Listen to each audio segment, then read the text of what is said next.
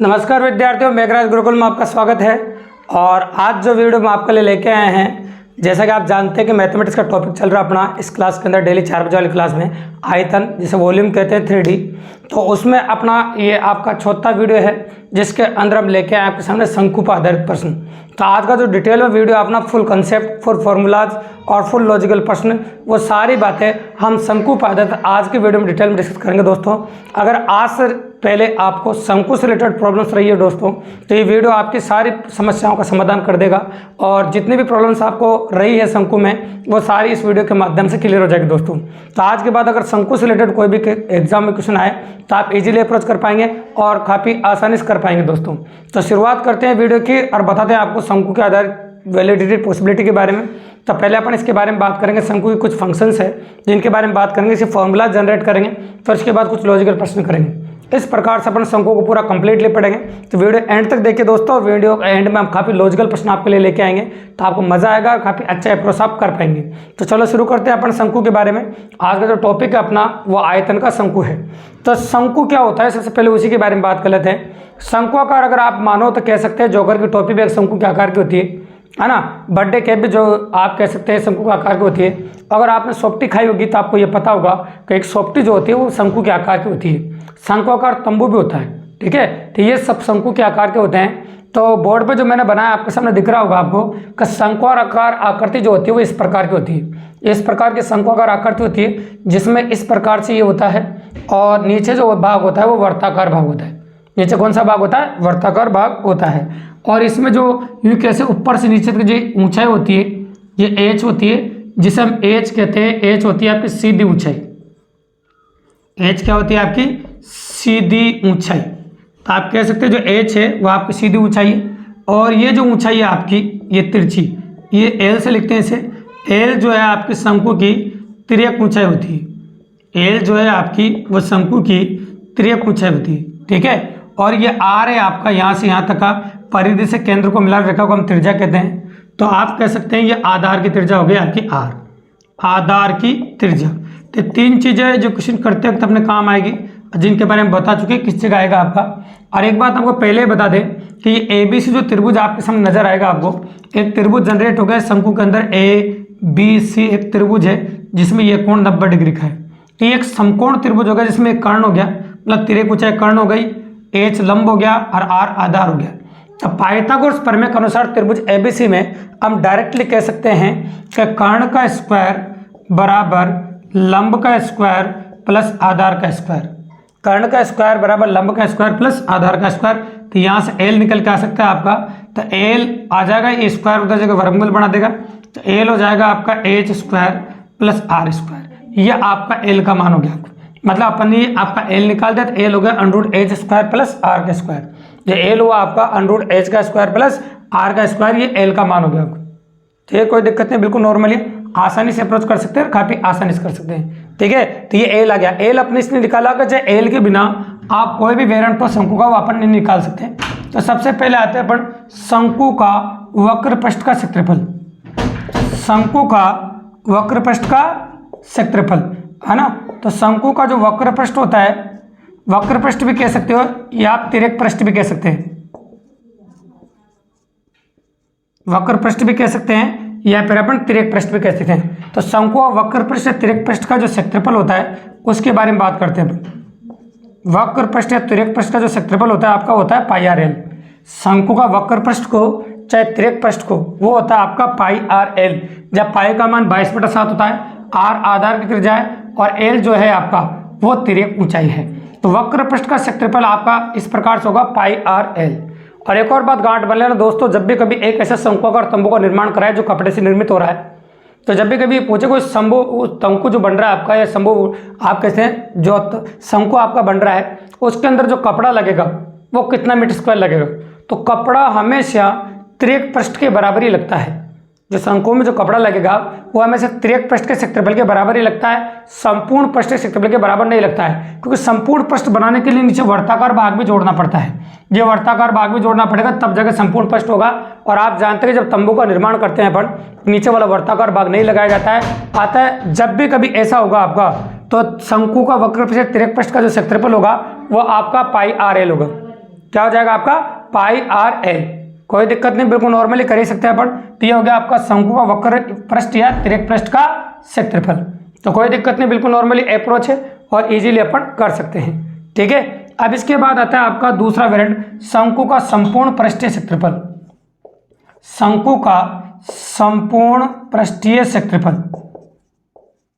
अब शंकु का संपूर्ण पृष्ठीय क्षेत्रफल जब आपको निकालना है तो तिर्यक पृष्ठ तो आपको पाई आर एल दे रखा है और पाई आर स्क्वायर जो है वो आपका नीचे का जो वर्ताकार भाग है उसको जोड़ दीजिए। तो ये मैंने लिखा पाई आर स्क्वायर और ये पाई आर एल। तो हम पाई आर कॉमन ले सकते हैं, पाई आर मैंने बाहर निकाल दिया। ये क्या बच गया आर, ये हो गया आपका आर प्लस एल। ये क्या हो गया आपका आर प्लस एल, ये हो गया संपूर्ण पृष्ठीय क्षेत्रफल। क्या हो गया आपका ये संपूर्ण पृष्ठीय क्षेत्रफल। ये यूं समझ लो आप बहुत कम काम आता है, सबसे ज्यादा काम आता है आपका शंकु का वक्र पृष्ठ या तिर्यक पृष्ठ का क्षेत्रफल। और तीसरी इंपॉर्टेंट चीज शंकु में सबसे ज्यादा काम आती है अपने, वो आती है शंकु का आयतन। शंकु में सबसे ज्यादा जो काम आता है वो होता है आपका शंकु का आयतन।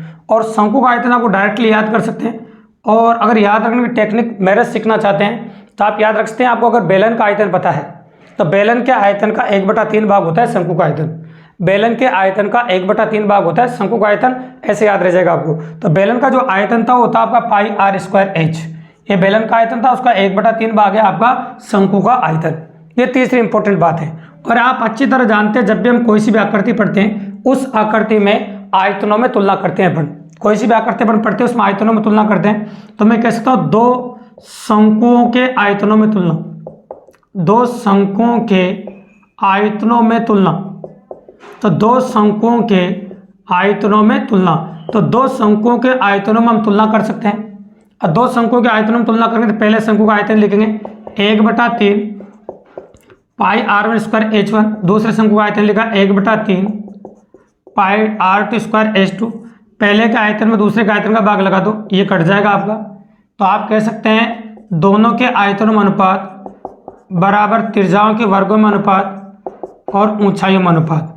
इस प्रकार से एक रिलेशन आ गया। और आप नोटिस किया होगा इससे पहले वाले वीडियो में जब मैंने बेलन का वीडियो बनाया था, है ना, उसके अंदर आपने नोटिस किया होगा कि ये वेरिएंट वहाँ सेम ही था क्योंकि 1/3 का अंतर है। तो ऐसा क्वेश्चन अपन वहाँ भी किया था। और पहला क्वेश्चन इसका शंकु का भी हम वैसा ही करेंगे, तुलनात्मक। इसमें आप नोटिस कर रहे होंगे 3 अज्ञात अनुपात है। जो रेशियो की बात करें हम अनुपात की, तो इसमें 3 अज्ञात अनुपात आपको नजर आ रहे होंगे। पहला आयतनों में अनुपात, दूसरा त्रिज्याओं में अनुपात और तीसरा ऊंचाइयों में अनुपात। एक बात हमेशा याद रखिएगा, एग्जाम के अंदर इन 3 अनुपातों में से कोई से भी 2 अनुपात दे दे। एग्जाम के अंदर इन 3 अनुपातों में से कोई से भी 2 अनुपात दे दे, आपसे तीसरा पूछ सकता है। ये इजीली बात है आपके सामने। तो चलो पहला क्वेश्चन इसी के ऊपर ले लेते हैं अपन। और पहला जो क्वेश्चन आपका बनेगा वो इसी फॉर्म में ले लेते हैं अपन, देखिएगा। तो क्वेश्चन नंबर जो पहला अपन ने बोला कि दो जो शंकु है उनके आयतनों में अनुपात दे रखा है। जो दो शंकु है उनके आयतन में अनुपात दे रखा आपको 16:27, ठीक है। और उनकी त्रिज्याओं में अनुपात दे रखा है आपको 2:3। त्रिज्याओं में अनुपात दे रखा आपको 2:3। और आपसे पूछा ऊंचाइयों में अनुपात ज्ञात कीजिए, क्वेश्चन कंप्लीट हो गया। तो ऊंचाइयों में अनुपात निकालना हमारे लिए कोई बड़ी बात नहीं, काफी आसानी से अप्रोच कर पाएंगे अपन, है ना। तो पॉसिबल है। तो मैंने लिखा है 16/27, ऐसे लिखते हैं अपन, है ना, कोई दिक्कत की बात नहीं, बिल्कुल नॉर्मली। और आगे आप जानते हैं 2 का स्क्वायर कितना हो जाएगा आपका 4, और ये हो जाएगा आपका 4/9। कितना हो जाएगा आपका 4/9, कोई दिक्कत ही नहीं। अब लिखा मैंने आपके सामने ये h1/h2, h1/h2, कोई दिक्कत ही नहीं। इस प्रकार से लिख दिया। 4 4 चौक 16 और 9 तिया 27। तो आप कह सकते हैं ऊंचाइयों में जो अनुपात आपके सामने निकल के आया है वो आ गया आपका 4:3। मतलब ऊंचाइयों में जो अनुपात आपने निकाल दिया वो आ गया आपका 4:3। मतलब ऊंचाइयों में अनुपात अपन निकाल चुके हैं। बिल्कुल सिंपल और काफी इजीली अपन ने निकाल दिया। ये अपना पहला क्वेश्चन हो गया। इस प्रकार के प्रश्नों में 2 कोई से भी दे, तीसरा आपसे पूछ सकता है, इसलिए एक क्वेश्चन मैंने शंकु का आपको ऐसा बता दिया। अब आते हैं क्वेश्चन नंबर 2 पे। एक शंकुआकार पर्वत है जिसका आधार का क्षेत्रफल दे रखा है 1.544 किलोमीटर दे रखा है। ये आधार का क्षेत्रफल दे रखा है। वर्ताकार जो भाग होता है शंकु का, उसका आधार का वर्ताकार जो भाग है उसका क्षेत्रफल दे रखा है आपको। ये एरिया दे रखा है वर्ताकार भाग का, है ना। और एक तो ये दे रखा है आपको, है ना, शंकुआकार जो पर्वत है उसका ये भाग आपको दे रखा है। और एक एल दे रखी है आपको, हाँ, ऐसे कह सकते हैं आप, ठीक है। मान लीजिए एल दे रखी है आपको 24 किलोमीटर, ये एल दे रखा है, ठीक है। और 25 किलोमीटर एल दे रखी है आपको। और आपसे पूछा है कि उस जो आपका शंक्वाकार पर्वत है उसकी सीधी ऊंचाई ज्ञात कीजिए, मतलब आपसे एच पूछा है, ठीक है, सीधी ऊंचाई पूछी। अब यहाँ से जो ए दिया है आपको, यहाँ से आप आर निकाल सकते हैं, क्योंकि ये जो मान है आपका ये पाई आर स्क्वायर का 1.54 किलोमीटर स्क्वायर दे रखा है। अब यहाँ से मान रखेंगे तो आप आर का मान निकाल सकते हैं। तो मैंने लिखा ये 22/7 हो गया, और मैंने लिख दिया ये आर स्क्वायर 1.54, और 22 से काटेंगे अगर आप तो 7 बार कट जाएगा, है ना, ऐसे कह सकते हैं अपन आपके सामने। प्रैक्टिकली अप्रोच है, इजीली अप्रोच कर पाएंगे, ऐसे कोई दिक्कत की बात नहीं, बिल्कुल नॉर्मली आसानी से कर देगा। 2 अंकों का अगर दशमलव लग रहा है तो 0.07 बार कटेगा ही, ऐसे 7 को इधर गुणा कर दो, आर स्क्वायर बराबर 0.49 हो जाएगा, और 49 का जो वर्गमूल आएगा 0.7 हो जाएगा, ठीक है। और एक बार बता दें आपको, हम आर निकाल चुके हैं, एल हमारे पास है। अगर आप यहाँ से क्वेश्चन को करना चाहें तो डायरेक्टली कर सकते हैं, क्योंकि पाइथागोरस प्रमेय के अनुसार मेंटल एबिलिटी में अपन ने इस वीडियो में बताया, एक में दिशा और दूरी में मेरे है एक वीडियो में जो बना रखा मैंने, प्ले लिस्ट में देख लीजिए रीजनिंग वाली में। या फिर डायरेक्ट जोड़ा अगर आपको याद है 7, 24, 25 का, तो आप जानते हैं 7 त्रिज्या हो गई, 25 ये हो गए, तो ऊंचाई 24 आएगा, मतलब 24 2.4 आ जाएगा, एक संख्या का दशमलव लगाओ। और आप निकालना चाहो तो निकाल भी सकते हैं, ऐसी कोई बड़ी अप्रोच नहीं। तो आप निकालेंगे तो कैसे वो निकालेंगे, ये दे रखा है मैंने L square plus H square plus R square से। तो एल स्क्वायर आपको कितना दे रखा है 25, तो 25 का स्क्वायर, है ना, प्लस बराबर क्या हो जाएगा आपका एच स्क्वायर, और ये लिख दिया मैंने एच स्क्वायर प्लस 0.7 का स्क्वायर। अब आप जानते हैं 2.5, यहाँ पर 2.5 पे मानेंगे अपन, तो लंबाई दे रखे 2.5 दे रखे, जितनी भी संख्या आपको पॉइंट में दे रखी है तो फिर इस संख्या को पॉइंट में मानेंगे अपन, क्वेश्चन में अपन पॉइंट में देंगे इसको 2.5 किलोमीटर, ठीक है। तो 2.5 किलोमीटर का मतलब होगा 6.25 किलोमीटर प्लस 0.49, अभी उधर जाकर माइनस का हो जाएगा 5.76 एच स्क्वायर, और इसका जब वर्गमूल निकालेगा तो 2.4 आ जाएगा, ठीक है, कोई दिक्कत की बात नहीं, बिल्कुल नॉर्मली इस प्रकार से क्वेश्चन का आंसर हो जाएगा आपका। क्वेश्चन बिल्कुल सिंपल, अगर आपको जोड़ा याद होता 7, 24, 25 का, तो आप डायरेक्टली कह सकते हैं। तो अगले क्वेश्चन में इसको सोल्व नहीं करेंगे, इसलिए मैंने इस क्वेश्चन में कर दिया आपका, क्योंकि 7, 24, 25 का जोड़ा आप शंकु में हमेशा याद रखेगा, और शंकु में एक जोड़ा होता है जो प्रैक्टिकली मैं यहाँ पर लिख देता हूँ आपके सामने, बार बार काम आएगा, 7, 24 और 25, क्योंकि शंकु में ज़्यादातर जो क्वेश्चन आते हैं वो 7, 24, 25 के आते हैं, जिसमें त्रिज्या ये आना, सीधी ऊंचाई ये, और ये लंबाई ये होती है, मतलब आपका तिर्यक ऊंचाई ये होती है। ये तीनों का रिलेशन ये रहता है, ये इनमें से 2 कोई सी देखे, तीसरी आप डायरेक्ट बताना कि आधार की त्रिज्या 7 होगी, सीधी ऊंचाई 24 होगी, और तिर्यक ऊंचाई 25 होगी। ये डायरेक्ट ही काम आएगा शंकु का, जब भी क्वेश्चन आएगा आपका तो इसको डायरेक्ट ही याद रखोगे, ज़्यादा बढ़िया रहेगा भी आपके लिए, ठीक है। तो इसलिए मैंने बता दिया, अगले क्वेश्चन में फिर डायरेक्ट ही काम में लेंगे अपन। तो क्वेश्चन नंबर 3 पर आ जाता हूँ मैं, है ना। आप क्वेश्चन नंबर 3 में एक क्वेश्चन बोल रहे हैं, उसकी लैंग्वेज सुनिएगा आप। तो मैं ये बोल रहा हूँ क्वेश्चन में कि एक ऐसा कपड़े का शंक्वाकार तंबू का निर्माण करना है, शंक्वाकार तंबू का निर्माण करना है जिसकी आधार की त्रिज्या 7 मीटर है और सीधी ऊंचाई 24 मीटर होना चाहिए। उसमें लगने वाले कपड़े का क्षेत्रफल मीटर स्क्वायर में ज्ञात कीजिए, ठीक है। तो कपड़ा मैंने भी थोड़ी देर पहले बोला था, जो कपड़ा लगेगा वो वक्र पृष्ठ के क्षेत्रफल के बराबर लगेगा। तो आपको पाई आर एल निकालना पड़ेगा। तो पाई आपको पता है 22/7 होता है, आर आपको पता है इसे दे रखा है 7, और एल आपको निकालना है। तो मैं आई एल के लिए बता चुका हूँ आपको कि 7, 24, 25 का जोड़ा होता है, तो एल आपको निकालने की जरूरत नहीं पड़ेगी। तो एल हो जाएगा आपका 25 हो जाएगा।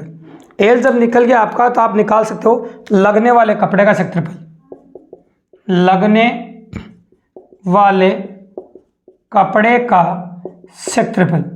अब लगने वाला जो कपड़ा होगा उसका क्षेत्रफल पाई आर एल है, तो आप कह सकते हैं 22/7, आर 7 और एल 25। आपका 7 7 कट गया, 25 दूनी 50, हासिल 5, 25 दूनी 550 मीटर स्क्वायर। तो हम ये कह सकते हैं आपके सामने अगर एग्जाम में ऐसा क्वेश्चन आया तो कितने मीटर स्क्वायर कपड़ा लगेगा, कितने मीटर स्क्वायर कपड़ा लगेगा, तो आप कह सकते हो 550 मीटर स्क्वायर कपड़ा लगेगा।